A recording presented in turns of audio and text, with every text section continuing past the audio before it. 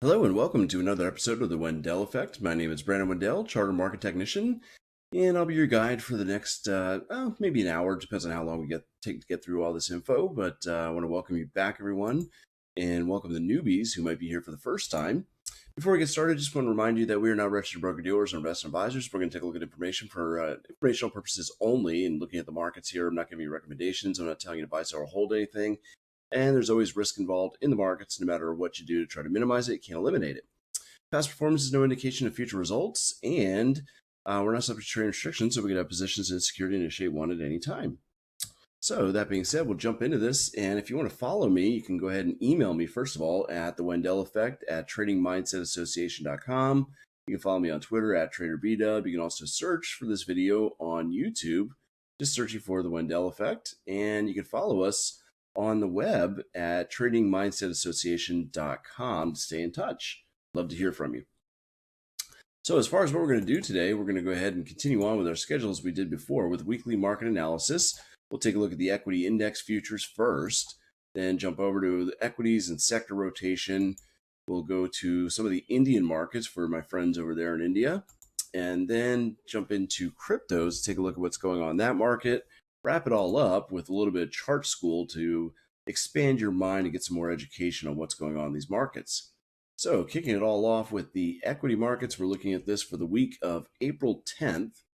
And I apologize, my camera is still having a little bit of issues, so I got a new one on order, so that's okay. I got a great face for radio, so I've been told, so you're spared. Anyway, kicking this off, looking at the weekly chart of the S&P futures, you can see that we actually confirmed our bearishness this past week. We had a candle which had a lot of bearish pressure as we were coming into a weekly supply zone. And last week, we actually made lower high and lower low, which confirmed that we're still in a bearish trend. And the RSI also never got above 60 to change our minds, really. So overall, it looks like we're getting ready to impulse down yet again. Our first target is 41.94 with a second target just before that demand zone about 3,900. So we're looking at about 39.25 for our next target down after we pause first. Probably this week we won't get even that far down. We may end up stalling out around 4,400, but we're not that far away, so it'd be easy for us to push down to even 4,300 this week. Going down to the daily time frame, you can see that on our impulse up, we've now retraced back 38%.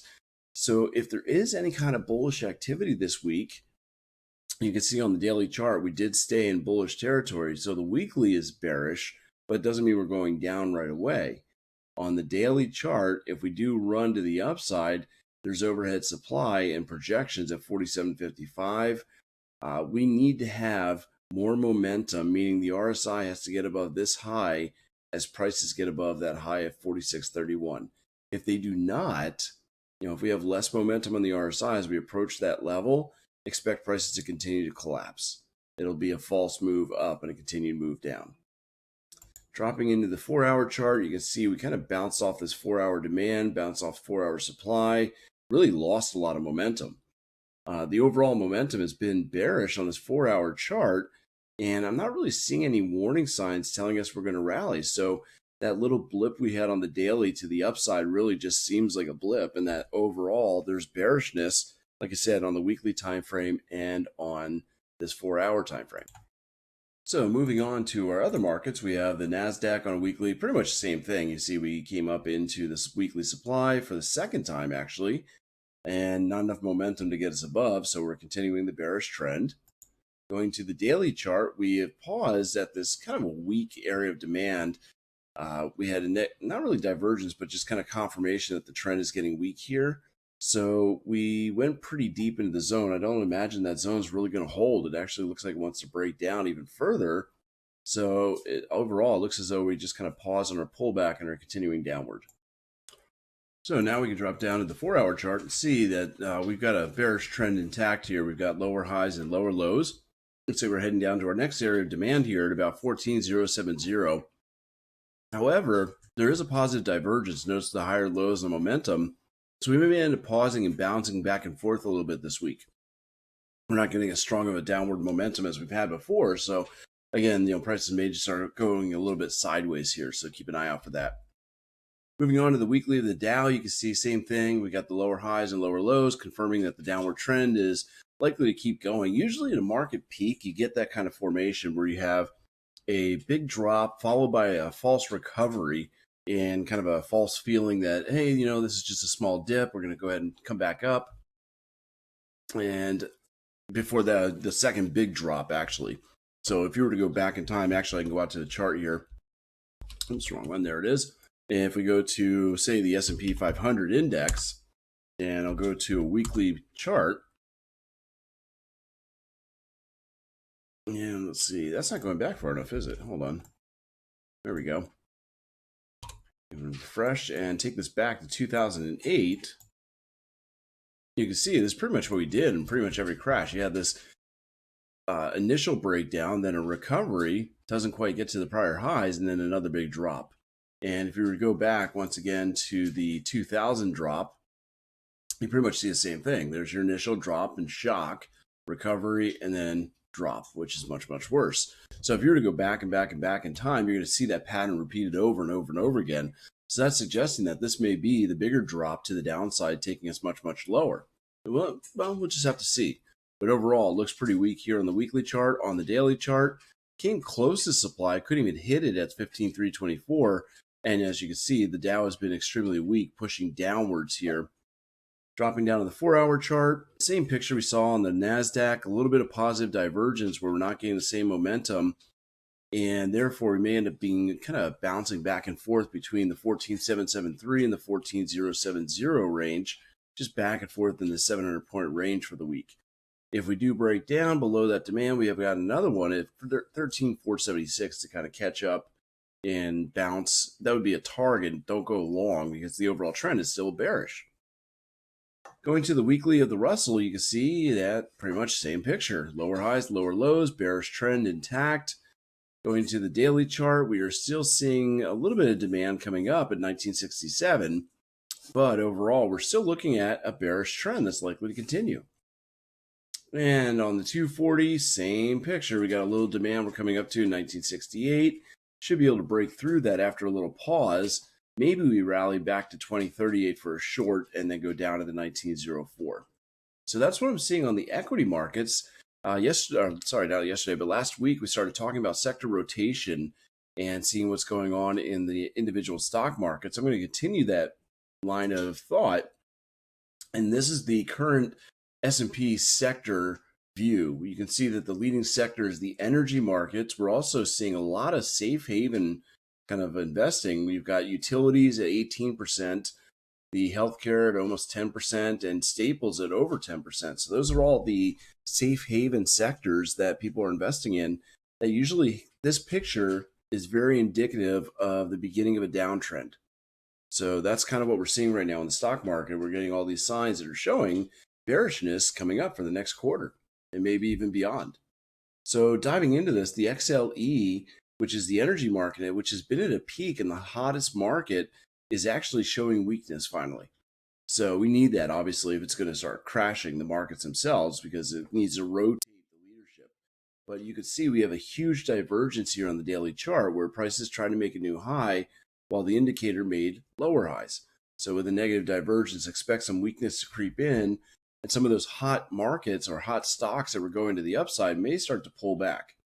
And we're starting off here, you can see on the energy markets, one of the leading markets was Oxy or Occidental Petroleum. This is actually a map that I went into on FinViz just to get a little bit more detail as to what might be leading us and seeing which stock might take us up or down or which way we're going to be headed. But overall, Oxy is possibly looking at it as a bearish play. Really, all these markets are going to be, they're very, very overbought, and look for some possible turnings back down. So let's see, I think I have a chart coming up on that. We do. And you can see that we already are trying to make a new high, but are failing.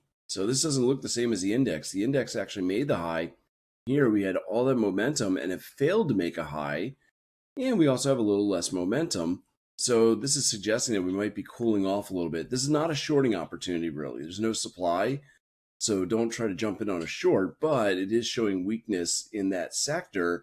And some of the laggards, perhaps APA, MRO, Some of these names that were not doing as well, PXD, when the markets drop, those laggards will tend to fall further and faster than some of the ones that were holding up some strength.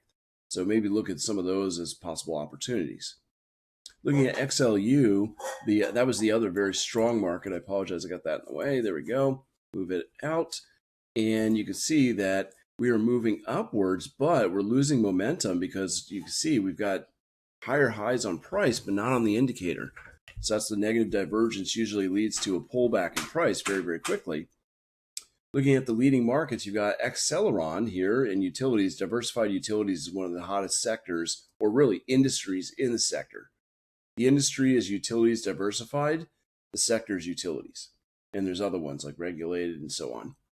Anyway, looking at that, we can go to the individual security here, and you can see that Acceleron is still very, very strong. So it doesn't look like this is ready to give up. Remember, this usually continues to lead as a sector, even though the markets are bearish. So look to buy the pullbacks potentially as the strong stock and the strong sector is looking like it's going to continue.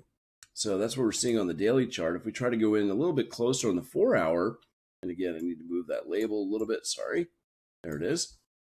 And when you take a look at this, you can see that we might get some pullbacks, but there's great areas of demand here, 48.12 and 47.10 that line up with some Fibonacci retracements approximately. So look for pullbacks and buying opportunities on those strong stocks in the strong sectors. XLP, consumer staples, making a brand new high here in price. However, not getting that high in momentum really. Maybe since the last high, but not from that other peak.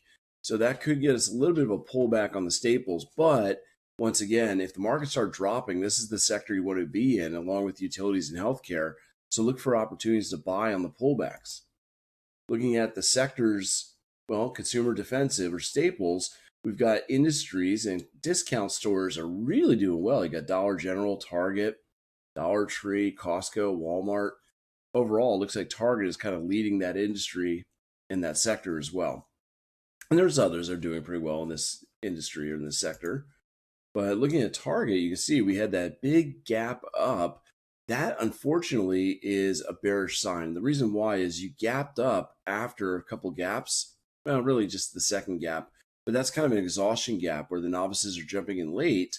And you've got that candle. We talked about shape last week in the chart school. With that shape, you've got indecision. You've got almost the same bullish and bearish pressures. So therefore, you're looking at prices possibly getting ready to pull back. We may even get a gap back down this week. If we kick off this week with a gap down, that would be what we call a shooting star. So I'm actually looking at that as a buying opportunity because we're likely to pull back before we continue to go higher. That's fine. There's really no real strong supply right here. There's a tested area of supply. We were already here once before. So we're likely to just test that, give a little pullback, and continue to go higher. So look for the buying opportunities on the pullback. A little bonus one here, another very strong sector and performer is Lamb Weston Holdings. And on a 4 hour chart, you can see that we've got an area of drop-based drop supply. It actually looks good on the daily chart as well. That means we're probably going to pull back a little bit, but I'm actually looking to buy at about 61. There's a daily demand zone there, which you can also see the gap up on the 4 hour chart as well. That's an opportunity to buy at the $60.99 or $61 area. Going on to the Indian markets for the week of April 10th, we'll go ahead and take a look at that. And you can see that the Nifty on the weekly has still continued to climb, but we are now showing a bit of weakness. And this is a critical piece. What happened was we failed to get below 40 as we hit the demand zone. So that showed us bullishness.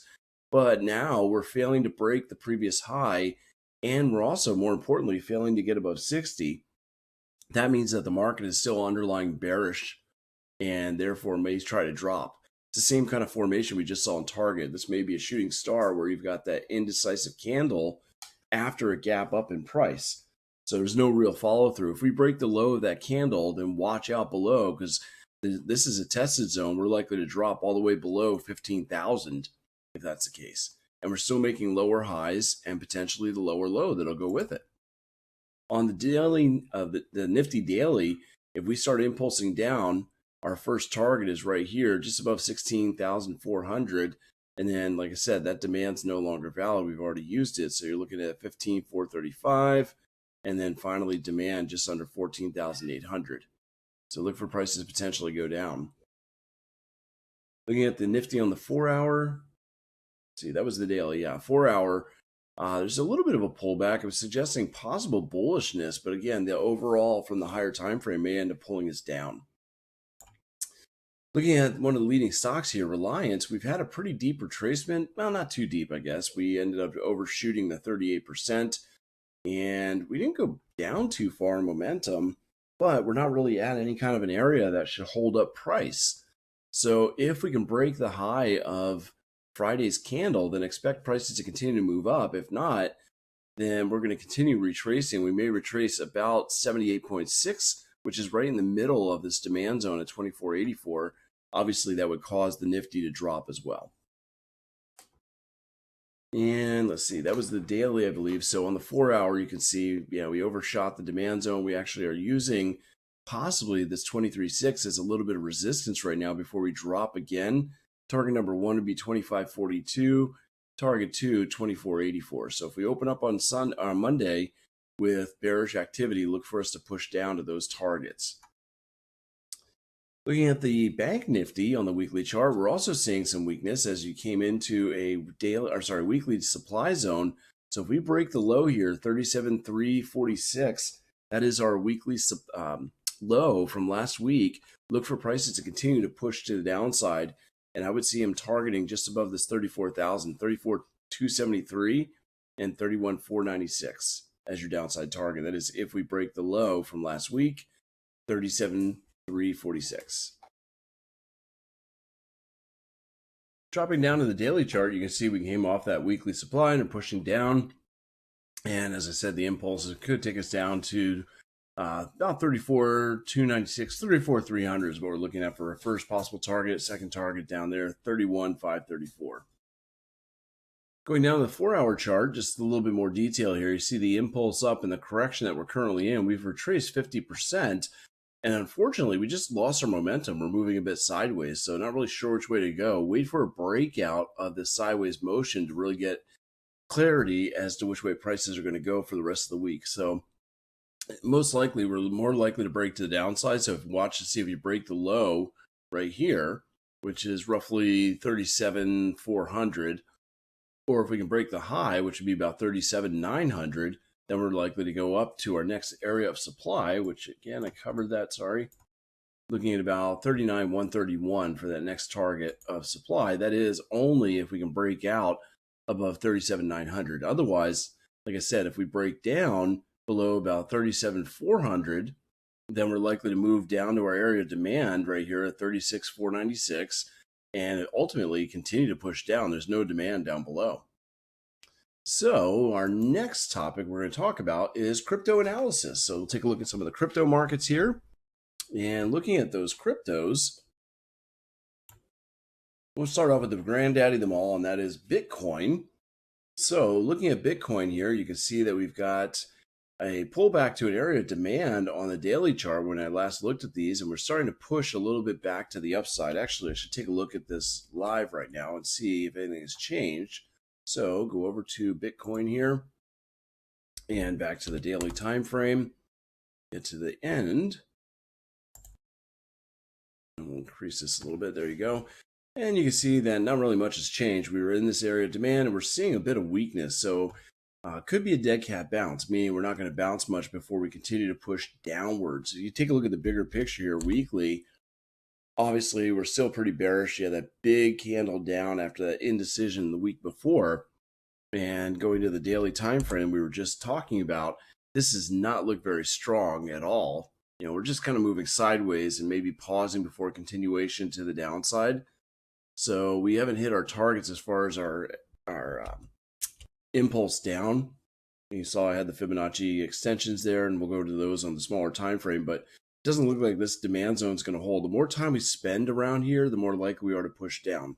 The only saving grace is that we haven't broken 40 on the RSI, but if we do start moving into the zone and break 40 to the downside, that means that we are going to be able to see new lows and continue to push lower.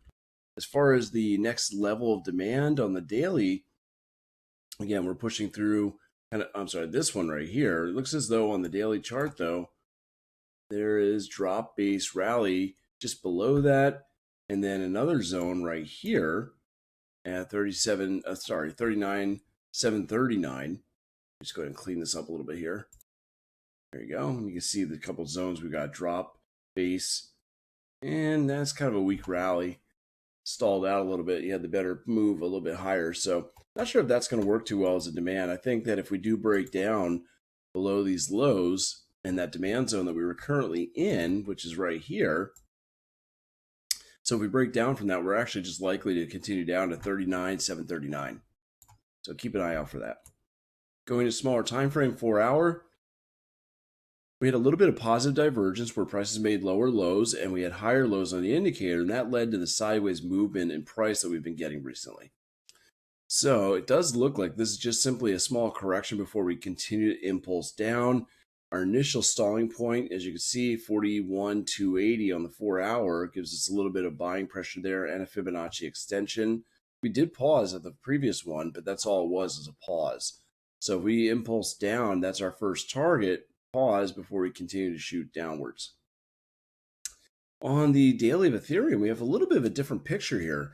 We had a divergence, a negative divergence that caused us to pull back. You see the lack of momentum led to this correction, and we only corrected 38.2%, and we're not really impulsing up again. The longer we go sideways, the more likely we are to continue to move downwards towards 3040 as our next target. However, if we can pick up some bullish pressure starting off Sunday going into Monday, then we should be able to continue up and actually target this next level supply, 3763. So let me go over here to Ethereum real quick and take a look at the live chart. And nothing much has changed. I took those pictures, it must have been this morning actually, and you can see, no, just changed a little bit to the downside. So again, a little bit more weakness. We may not be done with retracing. In order to be able to justify going long and targeting 3763, we need to break out above 3325. So that's where I'd be looking to buy above 3325, targeting 3763. Otherwise, if we break down below the lows right here, I would actually look for a target of 3040, maybe even lower. Our real first demand zone, this is not strong demand right here. So our first real demand is 2608. Looking at the smaller time frame, you can see consolidation. We're just kind of getting narrower and narrower, just kind of consolidating down in price, and our momentum died off. Usually when you consolidate like this, it leads to continuation of trend. So that would suggest a breakdown to that 3040 target. But of course, we could get some buying pressure because the daily did look a little bit more bullish, but we'd have to break out above the previous highs in order to target the 3422. So what I'm seeing on this page is that we're more likely actually to break down, and you could even draw a wedge across this. Let me do that on the 4 hour of Ethereum here. Kind of draw that in where you have these lower highs and higher lows. So look for it to break out of this triangle that's going on here, and to the downside more likely than to the upside. So if that happens, look for the target 3040 on the breakdown. And we should break down somewhere in the neighborhood of about 3214. You want to put your stop above the triangle as you're targeting that level. Next, we have XRP. Speaking of triangles, this one did a false break in the wrong direction. Normally, triangles break in the same direction you were traveling as you entered them. Well, in this case, we were entering in a downward trend. We should have broke down, but there was a false breakout up. As you can see, it came right back down in the mix of things. And we'll have to wait and see if we can break on the daily chart to the downside. We don't have the momentum to do it yet. Okay, we are just barely above 40 on the RSI. We need to be below 40 to break down. So we're very, very close to that happening, and kind of looks like it wants to. We may get one more rally up to about 78,449, that supply zone, before we drop. And our first target, if you're able to sell at the 78,449, is going to be 65,322. So look for that move to the downside on XRP. A lot of bearish momentum here. Even though this is kind of a descending wedge, which often breaks to the upside, that higher time frame really takes over and wants to take us down. On the next one, we've got Cardano on a daily chart. We had a couple of retracements. We had an impulse down. We retraced 23.6 and now moved all the way up to 50%. Not sure if this is done, because if we continue to hold above 40 here on the RSI, and we had a little bit of weakness come in that pulled us down, but overall we're not getting enough bearish momentum to continue to push downward. So if we stay above 40, look for us to pull back more and maybe retest the supply at 141.37.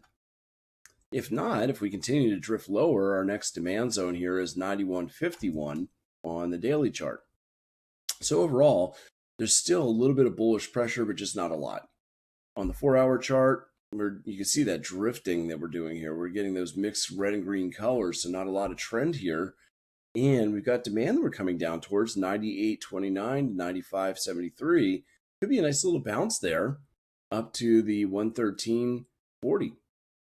So look for a possible bounce after you hit that 4-hour demand on Cardano. Next, we have Solana, also on the daily chart to start with, and then I'll work my way down. On this, we have retraced very deeply, 61.8% of our preceding impulse up. But once more, we're still holding in bullish territories. We've not gone below 40, not even really below 50 on the RSI. So this indecision and pause right now is possibly getting ready to pick up or move to the upside and target 166. Solana's been one of the markets that's been holding up a little bit better than Bitcoin. Some of these coins tend to follow Bitcoin and mimic it almost exactly, where Solana has taken on kind of a life of its own at times, and you'll see that many of the coins are down while Solana is actually bullish for the day. So keep an eye on it, do your own research, obviously, to verify, but it does look like we may be done with this move down and getting ready to pop. If we do pull back, we do have 2 levels of demand almost immediately below. Well, not immediately, at $7 below at 102, and then also at 90. Looking at the 4-hour time frame, we see a positive divergence. What's happening is prices are making new lows, but the indicator is making higher lows, showing that there's more bullish momentum starting to creep back in. That's supporting that move to the upside I was just talking about. We've already tested this 121.64 supply zone. So if we move up, our initial thrust should take us to 129.15 right there. That's the first fresh area of supply above to give us a little bit of a pullback on target. So we may bounce from where we are right now, the 61.8 retracement of 109.58 up to 129.15. If it does look a little weak and we continue down, our next Fibonacci retracement is actually right inside of a demand zone there at about 100.38. It doesn't look as likely, though. It looks like we're more likely to move to the upside. And finally, when it comes to cryptos, looking at Luna hit a daily demand and tried to bounce. And the momentum was there. We should be able to bounce, but the problem was when we did our bounce on this daily chart, you can see we failed to make a new high on the next candle. If we make a lower low, then we're going to break that demand zone and drop down either the retracement value here at 84.44 or the demand at 79.03. In order for that to happen, as we break this demand zone of 88.93, we need to be below 40 on the RSI. That'll confirm that we're going to break down. Otherwise, it might be a false breakdown and give us a nice rally. So keep that in mind as you're watching Luna and seeing that, yeah, it's supposed to pull back up. We just had a retracement. We're at demand, but it just doesn't look very positive. It doesn't look bullish because we failed to make a new high on the candle from Friday. Oh, sorry, that's actually Sunday's candle. That's today's. We had Friday, Saturday, Sunday because it's 24 hours, 365. But the main thing is we failed to make a new high after we had this bounce at the demand zone, and shows that there's a lack of momentum and commitment to the bullish side that could cause us to pull back down towards the 79.03. Looking at the 4-hour time frame, you see that indecision and weakness. We're just moving a bit sideways, losing our bearish momentum, but not really getting strong bullish momentum either. So again, there's not really much showing on this chart. That same area of demand, what do we have here before? 79.03. Now I've got 74.29, a lot lower. And this was the daily demand right in here, but on the 4-hour, it looks a little bit lower potentially. So some bearishness may pop in and continue to push us downwards. And we have plenty of momentum here on the 4-hour chart to be able to go lower. So we'll wrap up this week's session with a little bit of chart school. And I'll go to my live charts to finish this up a little bit. And we can stick with, it doesn't really matter, I'm on Ethereum. Actually, let's go to QQQ just to keep it clean. And let's see, we have to be on a 4-hour. I'll go to a daily chart. So when we left off last week, we talked about how to read price action better. And when we're reading price action, I mentioned there's really 4 key things. And you can go ahead and review last week's video if you like. But number 1 was color. And just as a quick review, we want to see the dominant color is the trend that we are in. So we would look to see, okay, what trend are we currently in? Do we have a domination of one color or the other? Well, we had green, but then it got mixed with the reds and we lost our momentum. If you see mostly red, you're probably moving down. If you start to see a sprinkle of green coming in, then that trend is getting weak and may be ready for a turning point.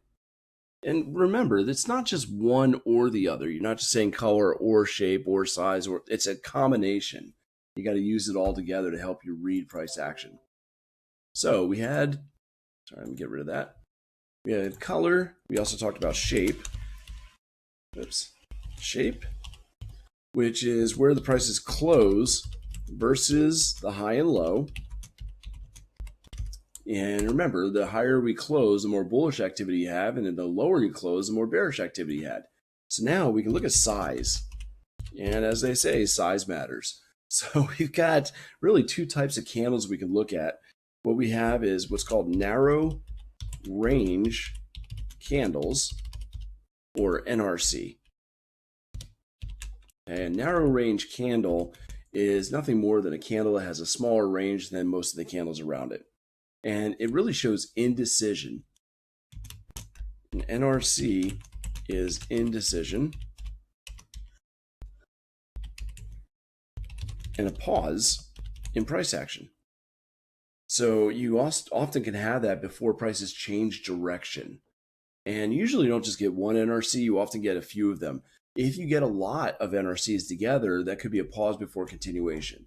So if you only have 1, let's say 2, about 3 NRCs, usually could lead to a reversal.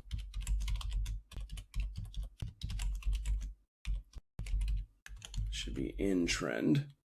There we go. However, if you have more than 3 NRCs, it's just a pause in trend before continuing, typically. And again, there's always exceptions to these. You can't speak in absolutes with this. So if we take a look back at price, something like this, you've got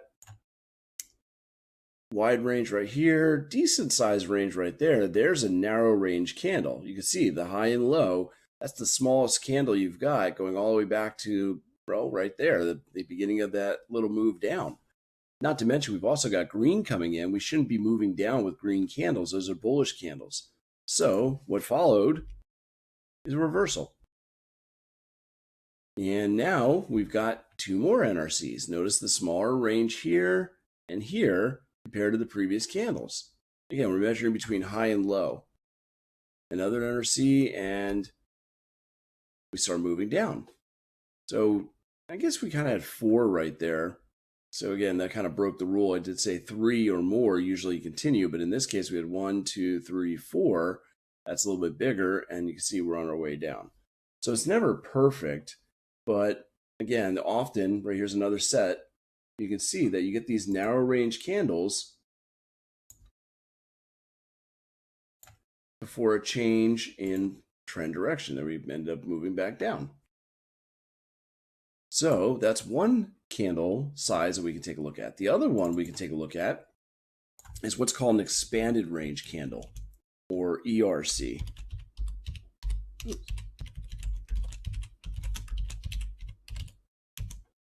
Again, ERC.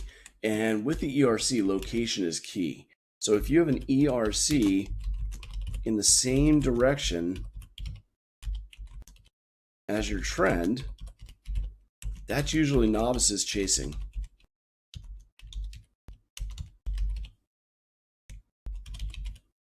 It's usually novices chasing price. Because pros don't want to chase after price, but the novices do on a regular basis.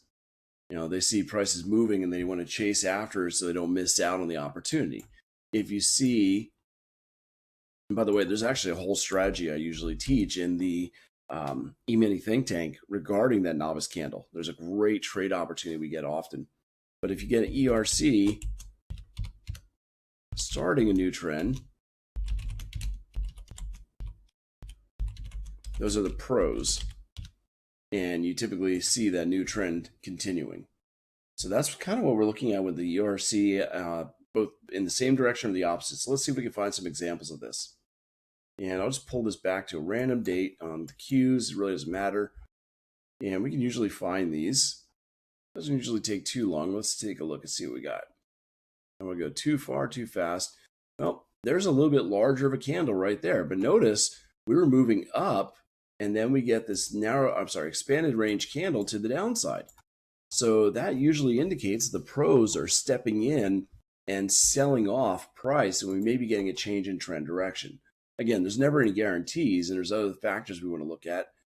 And unfortunately, it was not a change in trend direction. It was just a small pullback before we went higher. So much for that. And let's see, do we have another one? Well, there we have another.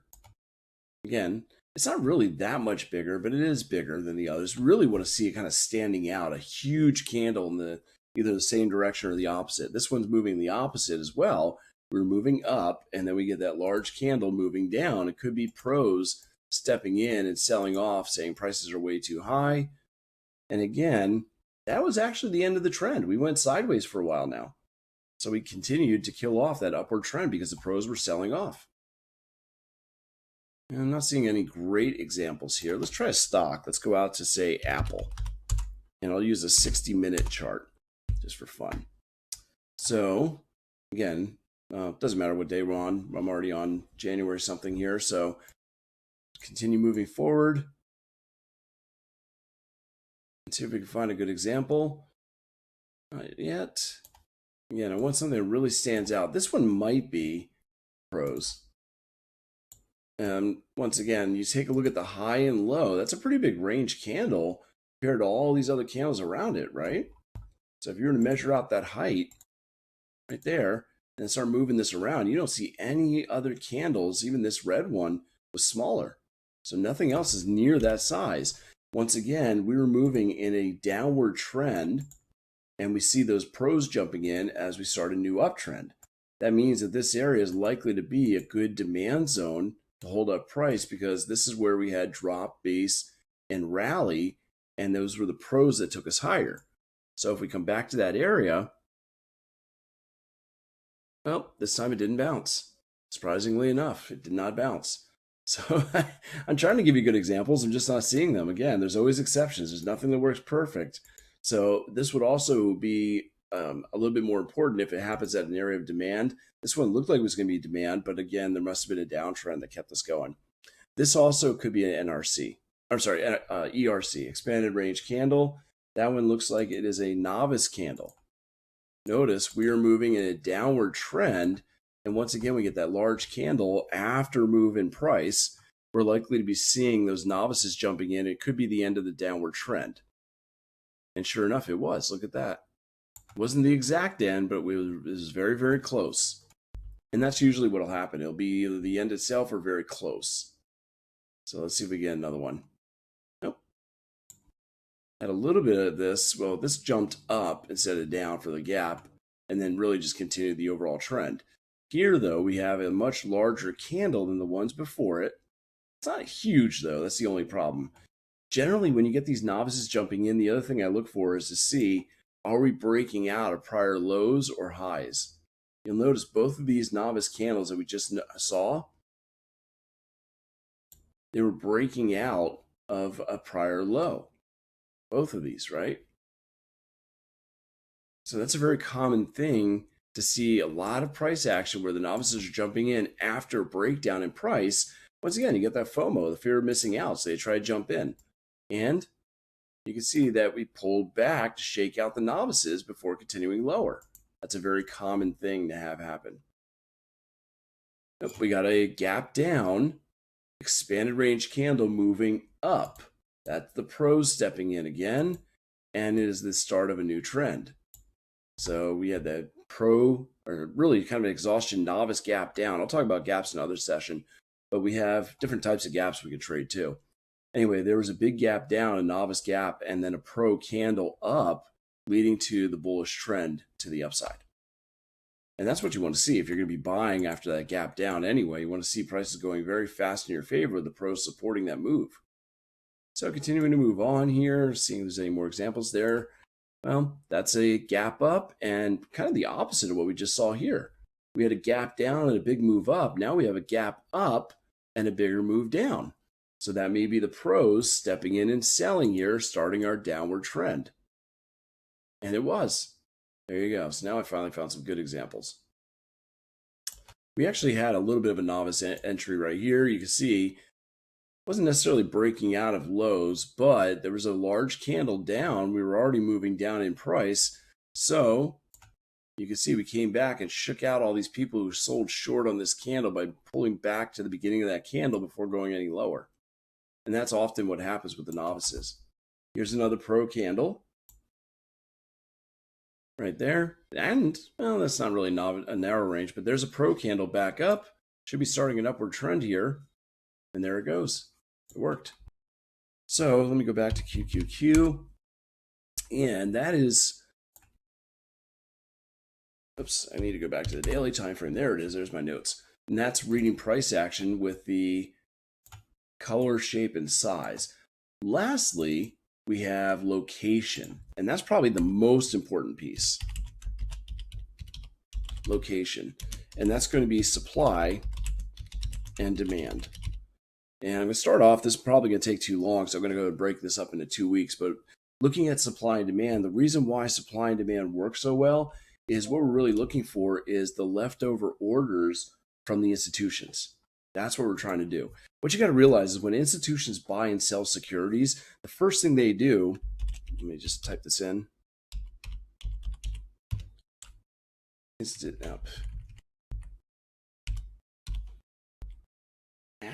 Can't spell today. Institutions, there we go. Institutions, basically, they do what's called working the order. So the way they work the order, you got to realize, let's imagine Warren Buffett. Warren Buffett decides he wants to buy a bunch of stock. He wants to buy some General Motors, whatever it may be. If he goes out and tells everybody, hey, I'm buying General Motors, everybody and their grandmother are going to buy General Motors and drive the price up, and he'll never get to buy at the price he wants. Well, there are also a lot of what they call high-frequency traders that are looking for block trades that come through, large orders. So what the institutions do to bypass that and not get noticed is they break their order into small pieces. What they'll do is they'll identify a range where they're looking to buy or sell. Okay, so first things first, they identify a range. I say a trading range. It's basically the area where they're willing to buy or willing to sell. And then break up the order into smaller pieces. Basically, what they're doing is, oops, there we go. So and break up their order in smaller pieces and get as many as they can filled in their range. They only trade within the range. And if the prices leave the range, they stop trading and they wait for prices to come back. If they never come back, they deal with what they got, and that's it. And if they do come back, then they buy more. Let's see here, smaller pieces. There we go. That way we can see all the notes. So this is kind of what's happening behind the scenes. And I actually used to do this when I worked for the hedge fund, and also when I worked for a brokerage. I was a agency desk operator, basically dealing with market makers, trying to get orders filled for the brokerage. And we had institutional customers as well as retail. So we had to break up those orders into smaller pieces to get them filled at a decent price without causing prices to jump away from our entry areas. So let's see, we'll go out to maybe Tesla. It really doesn't matter. This works on any security. Okay, so here I am on Tesla. I can go down to maybe a 15-minute chart and just go back in time. It's random area. Doesn't matter. And what I now look for are certain patterns that tell me this is where the institutions are buying or selling. That's it. So I'm looking for these patterns where basically the ranges of those institutions. So I'll look and see if I can find an example. Again, it's not always easy to find an example, but maybe we have one right here. Looks like prices were going a bit sideways, and what happened, again, I'll get into the minutia and the details a little bit later, but you can see that we've got an area where prices were moving sideways. We had a pretty significant move up that actually broke out to some new highs. So there was probably a big order imbalance right here with lots of buyers, that institutional buyer, no sellers. And when prices returned to that area, well, it didn't work the second time. You can see we did get a little bit of a bounce there because there were still leftover buy orders in that area. But because of the trend, this one ended up breaking. It wasn't a great zone.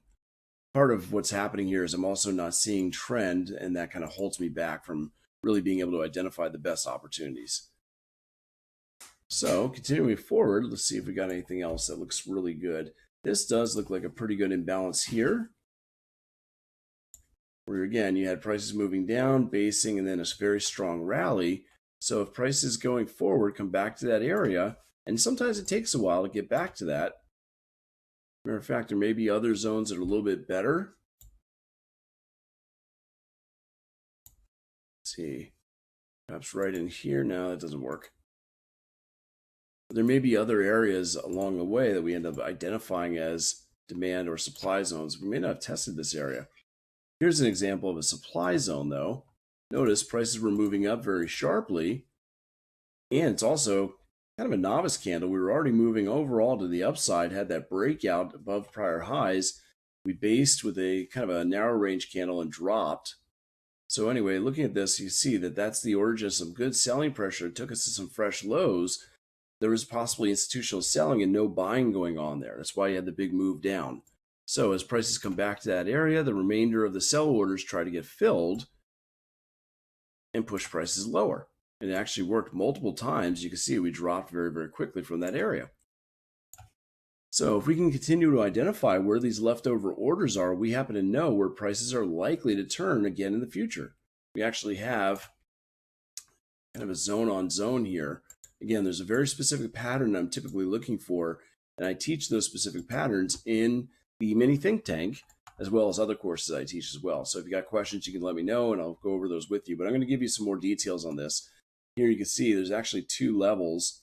We have drop, base, drop, and then a drop, base, drop supply. So as we come up towards that supply, we're getting a little bit of weakness coming in on the upper zone. Didn't really care about the lower zone. And that's why we put in stop losses too, because you're not always going to be right. But if you can identify those areas where that imbalance is, that's where prices will typically turn. And that's all it is. It's just leftover orders. And that one's not going to work anymore because we've already been through that area multiple times. I don't know if we ever got down to that original one. Remember, I'm still waiting to see if we get down to the 829. There we go. And the very first test, look at that bounce right there. We bounced from 829 to about 850. Unfortunately, the trend was very strong, so when we came down again, we had used up all the buy orders and eventually pushed through that area. So trend is another key thing, and I'll talk more about that with multiple time frame analysis. But basically, that's all I do when I'm trading. So I actually start off at current price and work my way back to find where prices are likely to turn. We can do this in something like gold. Let's use a continuous contract and go to a daily chart. Now, maybe not daily. That's not a good one for this. Oops. But we can go into, say, 60-minute. And on the 60-minute, again, I can start at current price, look back to see where are the turning points that were caused by the imbalance between professionals buying and their lack of selling or lack of buying pressure. And we get that imbalance of orders. As a matter of fact, you can see that we're coming up towards the supply zone right now here. Prices rallied, based, and there's that imbalance. Lots of selling pressure. So somebody had a large sell order there, and the probability is high that they didn't get all of their orders filled. So that means when we get back up to that area, more orders will get filled and push prices down. As far as our demand, where we're headed, well, again, we look back, and I'm looking for that imbalance as to where the buying orders had no sellers to hold us down and cause a big rally. So looks like we go back possibly into this area. This one's not great, but it does potentially qualify for a zone. So going to where we are currently, the way I could use this is looking at that area. We're coming up into a possible supply where prices are likely to turn down. If I'm long, I might use that as a target to exit for profits. And if I'm looking to enter for a short, that may be my entry spot. So that's what I got for you for this week. As far as the chart school, we've been going on for a little while here. I'm going to continue on with our discussion next week, add in a little bit of trends and multiple time frame analysis to kind of fine tune a little bit about this. So I hope you enjoyed it. If you did enjoy the video, please hit like and subscribe. Let me know. You can go ahead and contact me in the email addresses I gave you earlier. And until next time, trade safe, trade well, and take care, everyone.